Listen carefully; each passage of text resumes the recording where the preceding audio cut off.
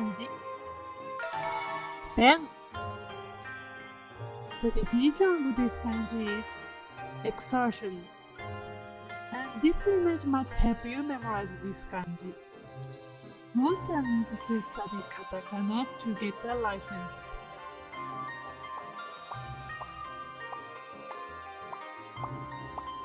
This is kanji men, meaning license.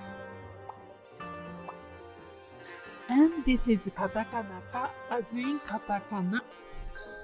This is kanji ben. How do we read this kanji? Onyomi of this kanji is ben. There is no common kunyomi reading.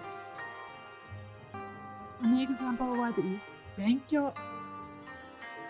寝る前に少し勉強します。